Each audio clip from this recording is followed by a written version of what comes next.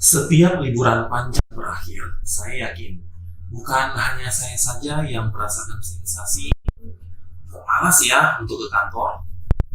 Duh, harus pergi ke kampus nih. Bisa nggak sih liburan diperpanjang?" dan sebagainya. Saya yakin rekan-rekan yang menonton video ini juga merasakan hal yang demikian. Setidaknya masih pernah lah.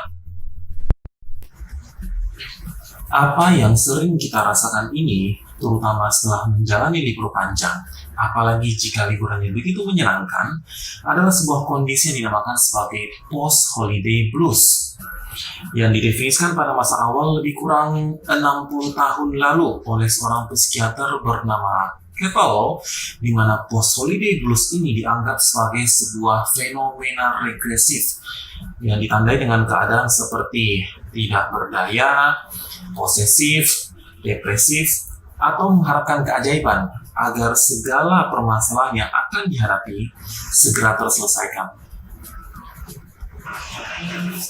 Nah, mengapa kondisi ini bisa terjadi? Banyak hal yang bisa menyebabkannya. Tapi jika kita tarik benang merahnya, bisa kita tarik kesimpulan karena setelah seseorang pulang liburan, sampai di rumah, ia akan menyadari betapa rutinitas yang telah mereka lalui selama ini dan akan kembali mereka jalani begitu membosankan jika dibandingkan dengan pengalaman liburan menyenangkan yang baru saja mereka alami. Istilah post-holiday blues ini awalnya muncul lewat penelitian di negara-negara yang mayoritas penduduknya merayakan hari Natal dan Tahun Baru. Dua kejadian yang jaraknya cukup berdekatan tersebut membuat banyak di antara mereka yang memilih berlibur panjang. Kebetulan sekali, kita juga baru menjalani libur yang cukup panjang selama 4 hari.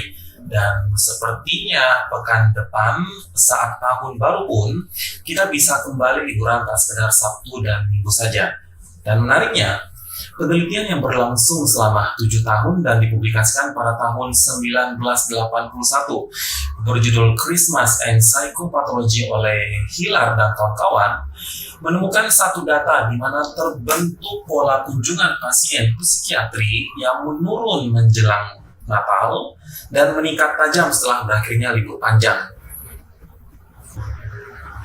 Meski post-holiday blues merupakan fenomena yang umum dan bisa terjadi pada siapa saja, kondisi ini sempat dikategorikan sebagai fase depresi sekitar pada tahun 1980-an dan untungnya berdasarkan telaah oleh Bayer pada awal tahun 2000-an, ia mengkategorikan post-holiday blues ini hanya sebagai reaksi stres saja. Akan tetapi, jika mengganggu performa kita entah itu di kampus atau di kantor, ya tentu tak bisa dibiarkan begitu saja. Lantas, apa yang bisa kita perbuat untuk meng-counter perasaan tersebut? Jika kita mencoba menelaah berbagai artikel terkait kiat-kiat mengatasi post-holiday blues ini, ada banyak cara yang bisa dilakukan. Entah itu membuat daftar-daftar kegiatan, menggunakan pakaian baru, mencoba berolahraga, menjadi relawan di sebuah kegiatan, dan sebagainya. Seperti apapun langkah-langkah yang bisa ditempuh, kita harus ingat kembali ke dasar. Mengapa post-holiday blues ini bisa terjadi? Karena kembali ke rutinitas. Kita kembali menghadapi realitas yang itu-itu saja, membuat kita malas dan tak bersemangat. Nah, terkait tentang rutinitas dan kemalasan ini, saya jadi teringat satu artikel terbaru yang dipublikasikan oleh rekan-rekan peneliti kita dari University of British Columbia yang menganalisis tentang sifat malas seseorang.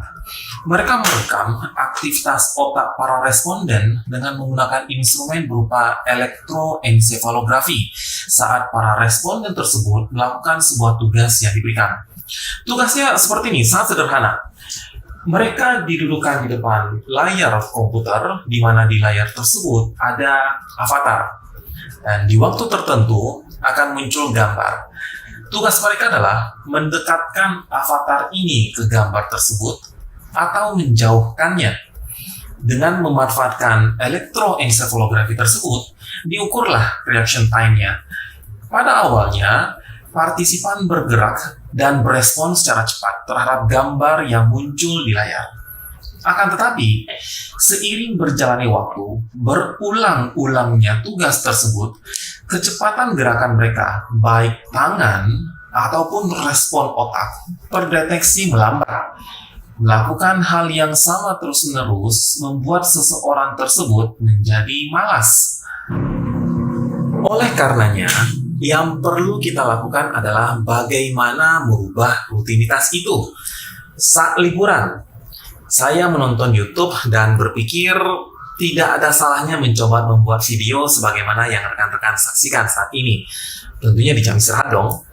Atau sekedar menambah action figure yang saya beli di pasar ASMK di meja kerja, memberi perubahan di ruang kerja saya, walaupun itu sedikit. Yang namanya rutinitas itu saja jadi hilang. Sejak sebelum berangkat ke kampus atau ke kantor dari rumah, cobalah pikirkan hal terbaru apa yang bisa dilakukan yang terinspirasi dari liburan yang telah dijalani.